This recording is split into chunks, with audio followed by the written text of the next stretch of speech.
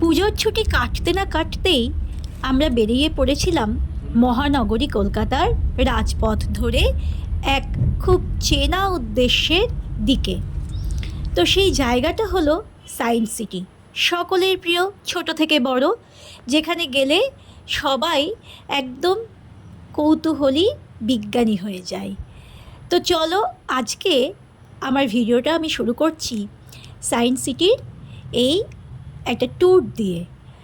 তো সায়েন্স সিটির বাইরেটা তো খুবই সুন্দর।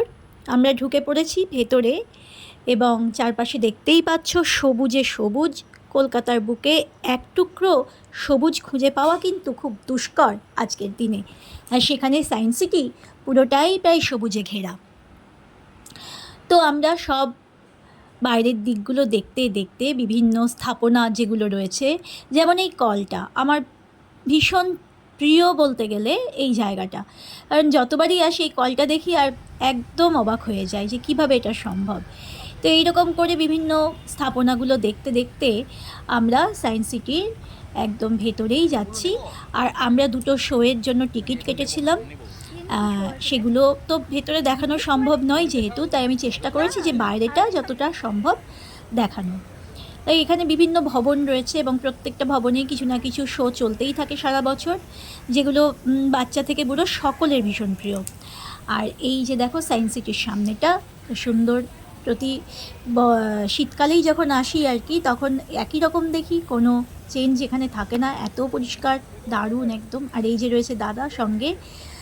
আর এই যে সেই রোপওয়ে বিখ্যাত, যেটাই চড়ার জন্য প্রায় ঝুলোঝুলি করছিল, কিন্তু আমি রাজি হইনি, কারণ আমার ভীষণ ভয় করে এই এত উঁচু দিয়ে যাবে এটা ভাবতেই।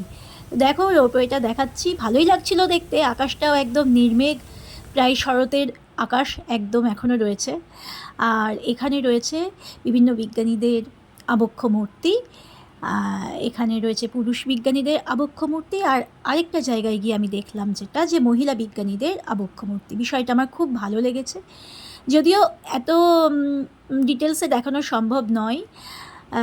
প্রত্যেকের নাম পরিচয় সবই রয়েছে, কর্মক্ষেত্র সবই রয়েছে, কে কোন বিষয়ের বিজ্ঞানী, কিন্তু এত ডিটেলসে দেখাতে পারলাম না। এই গাছটা আমার ভীষণ ভালো লেগেছে বন্ধুরা, দারুণ দেখতে, তোমাদের সঙ্গে শেয়ার করলাম।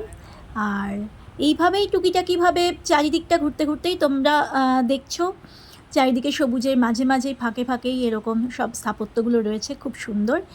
একটা গোটা দিন এখানে কাটিয়ে দিলেও যেন মনে হয় যে দেখা শেষ হলো না। আমরা তো কয়েক ঘন্টার জন্যই গেছিলাম, দুটো শো দেখবো, তারপর ওখান থেকে বেরিয়ে অন্য কোথাও যাবো, এরমই প্ল্যান ছিল।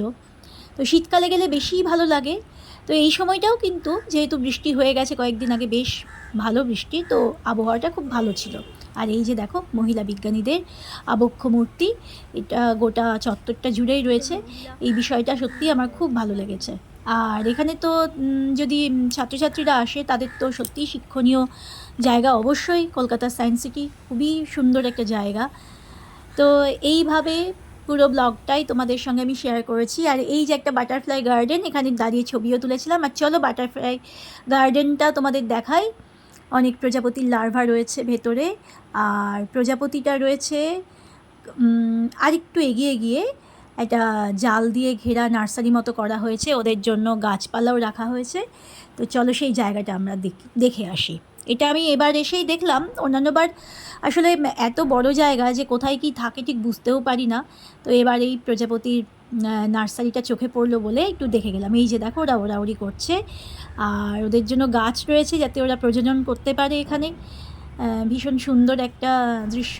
আর এই যে টাওয়ারটা, এটা আমরা কিন্তু বাইপাস ধরে যখন যাই তখন এই তোমার যমজ টাওয়ার, এটা আমরা দেখতে পাই। মাঝখান দিয়ে একটা উদ্যান চলে গেছে, ভাসমান উদ্যান। তো এটা এখান থেকে একদম দারুণ দেখাচ্ছিল। আর দূরে বিভিন্ন বিল্ডিংগুলো, যেগুলো আমরা আসলে বাইপাস ধরে, বাইপাসের যে ব্রিজটা সেটা ধরে যখন যাই তখন সেটা দেখতে পাই আমরা। আর দেখো এত সুন্দর যে মানে কথা বলবার মতো কিছুই নেই, শুধু দেখেই যেতে ইচ্ছে করে। আর এই ভেতরটা বিভিন্ন প্রদর্শনী রয়েছে, খেলার বিভিন্ন বৈজ্ঞানিক খেলার অনেক কিছুই রয়েছে, খুব সুন্দর প্রদর্শনীগুলো। অনেক কিছুই আমাদের বোঝার বাইরে। গাইড থাকলে ভালো হয়, অথবা যদি কমেন্ট্রি থাকে তাহলেও ভালো হয়, কারণ আমরা অনেক কিছু জানি না। তবুও যেগুলো দেখছিলাম সবই খুব ভালো লাগছিল বন্ধুরা। আর ভাবলাম যে যখন বেরিয়েই পড়েছি আজকে, তখন একটা ব্লগ করি, তোমাদের সঙ্গেও একটু শেয়ার করা হবে, আর ব্লগটা থাকলে আমিও পরে দেখতে পারবো, এটা স্মৃতি। এই দেখো এরকমভাবে পুরো দেওয়াল চিত্র করা আছে জীববৈচিত্র্যে। আর আমি যে শো দুটো দেখেছিলাম, একটা ছিল মহাকাশযানের ওপর, বিভিন্ন গ্রহগুলোতে যে মহাকাশযানগুলো যায়, কাছাকাছি গিয়ে যে ছবি তোলে সেই বিষয়টার ওপর। আরেকটা ছিল তোমার মানব বিবর্তন, কীভাবে একেবারে বন মানুষ থেকে আজকের আমরা, যাকে আমরা মানুষ বলি আর কি, মান এবং হুঁশ থাকলে তবেই না মানুষ, সেই বিবর্তনে, সেই ইতিহাসের সাক্ষী আমরা আজকে হলাম আবার নতুন করে। এর আগেও একবার দেখেছিলাম, আজকেও একবার দেখলাম। আর তার সঙ্গে এই সায়েন্স সিটির বাইরেটাও ভারী সুন্দর, ভেতরের শোগুলোও যত সুন্দর। বাইরে তো শীতকালে অনেক সময় আমরা হয়তো ভেতরে ঢুকলামই না, বাইরেই কাটিয়ে দিই সময়। আর এখানে রয়েছে বিভিন্ন মডেল, বিভিন্ন ভারতবর্ষেরই ইতিহাসের বিভিন্ন সময়কার মডেলগুলো এখানে রাখা হয়েছে, কীভাবে বিভিন্ন ব্যবহার, লোহা, তামা এবং বিভিন্ন তোমার যে বিনিময় প্রথা, সব কিছুই, চিকিৎসা কীভাবে হতো সেই সময়, সেই সবটাই এখানে মডেলের মাধ্যমে তুলে ধরা হয়েছে। দেখতে থাকো তোমরা, যতখানি পেরেছি ভিডিও করেছিলাম, যাতে তোমরাও দেখবে। পরবর্তী সময় আমি আবার নিজের ভিডিওটাই দেখলেই মনে পড়ে যাবে যে কী কী দেখেছিলাম। আর এটা হচ্ছে সেই গ্রহ, মানে হচ্ছে ওই রাশি, গ্রহ নয় রাশি। আর এই যে সব রয়েছে বিভিন্ন বিষয়, এখানে একটা রয়েছে চাকা, যেটা আমরা পুরী গেলেই দেখতে পাই। আর এইভাবে পুরোটাই যতখানি পেরেছিলাম বন্ধুরা ভিডিও করার চেষ্টা করেছি। এত কিছু বিষয় আছে, যাদের সাবজেক্ট বিজ্ঞান আর কি, তাদের তো কত ভালো লাগবে এখানে গেলে, আমাদেরই তো এমনিই ভালো লাগছিল। আর বিভিন্ন মজার খেলাগুলো রয়েছে, যেগুলো বাচ্চারা খেলছিল, তাদের সঙ্গে আমরাও যোগ দিয়েছিলাম।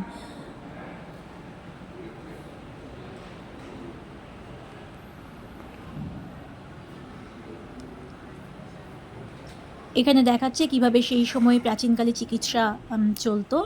তারপর সেখান থেকে আমরা বেরিয়ে গেলাম, এবং বেরিয়ে গিয়ে এই জায়গাটা তোমাদের খুব চেনা লাগবে, যারা কলকাতায় থাকো অবশ্যই তাদের কাছে খুব চেনা, বলার কিছু নেই। আর যারা আমার বাইরের বন্ধুরা রয়েছে তাদেরকে বলি, এটা হচ্ছে ময়দান। আমরা এখন যাচ্ছিলাম তোমার নিউ মার্কেটের দিকে। আর নিউ মার্কেটের দিকে যেতে গিয়ে এই ময়দানের টুকরো অংশ, বৃষ্টির পর একেবারে সবুজ চারিদিকে, কলকাতার ফুসফুস এই ময়দান, তার টুকরো টুকরো অংশ দেখতে দেখতে যাচ্ছিলাম, আর তার সঙ্গে ভিডিও করছিলাম। এত সবুজ, চোখ ভরে দেখছিলাম। আর অবশ্যই ফুসফুস ভরে এই বিশুদ্ধ বাতাসটা নিচ্ছিলাম, যেটা অন্য কোথাও গেলে আর সেভাবে পাওয়া যায় না কলকাতার। আর চলো, এই যে মাঝে মাঝে তো গাড়ির জ্যাম থাকেই হালকা, এই দিকটা একটু কমই থাকে। তো এইভাবে আমরা চলে এসেছিলাম নিউ মার্কেটে। নিউ মার্কেট মানেই তো ভিড়, সবসময় একদম একটা উৎসব ভাব থাকে নিউ মার্কেটে। আর নিউ মার্কেটের এই বিভিন্ন রাস্তাগুলো, যেগুলো গিয়ে তোমার একেবারে নিউ মার্কেটের ভেতরেই চলে গেছে, তো আমরাও সেরকম রাস্তা ধরে এগিয়ে যাচ্ছিলাম। আর এই যেটা বুড়ির চুল বলে, মানে ওই একটা তুলো টাইপের খেতে হয়, ছোটোবেলায় ভীষণ পছন্দ করতাম, দেখলাম বলে ভিডিওটাও করলাম তার। আর এই যে বিভিন্ন পণ্য, এগুলো তো সারা বছর থাকে, আর এত লোভ দেখায় জিনিসগুলো, মনে হয় যে দেখলেই কিনে ফেলি। তো যাই হোক, দেখতে দেখতে যাচ্ছিলাম, নিজেকে কন্ট্রোল করে যে না আর কেনা যাবে না, প্রচুর জিনিস অহেতুক, এগুলো দেখলেই কিনতে ইচ্ছে করে। কাশ্মীরি দোকানের পাশ দিয়ে যাচ্ছিলাম, দেখো কি সুন্দর ব্যাগ আর হাতের কাজ, সব শাল টাল রয়েছে। একদম নিউ মার্কেটের ভেতরেই ঢুকে গেছিলাম আমরা। আর নিউ মার্কেটের ভেতরে বিভিন্ন দোকানের পাশ দিয়ে যাচ্ছিলাম, বিশেষ করে চুড়িদার, কুর্তি, শাড়ি, এই দোকানগুলোকেই আমি ফোকাস করেছি। আর তারপর অবশ্যই খেয়ে নিয়েছিলাম আখের রস, গ্লাস ভরে, কারণ ভীষণ ক্লান্ত হয়ে পড়েছিলাম এতখানি ঘোরাঘুরি করার পর। আর তারপর চলে গেছিলাম ধর্মতলার একদম কাছে সিদ্ধেশ্বরী হোটেলে। তো এটা আমি বড় ভিডিও করতে পারিনি, শর্টস করেছিলাম, সেটাই তোমাদের সঙ্গে শেয়ার করছি। আমরা যেহেতু নিরামিষ দিন পড়ে গেছিলো তাই নিরামিষ খেয়েছিলাম। আলু ভাজা, বেগুনি, ডাল, ভাত আর তরকারি সবটাই অনবদ্য ছিল কলা পাতায়। আর পুরো ব্লগটা দেখে তোমরা আমাকে কমেন্ট করে জানিও যে এই বড় ব্লগ তোমাদের কেমন লাগলো। আর এরপরে আবার চেষ্টা করব এরকম ধরনেরই কোনো একটা ভিডিও করে তোমাদের সঙ্গে শেয়ার করার।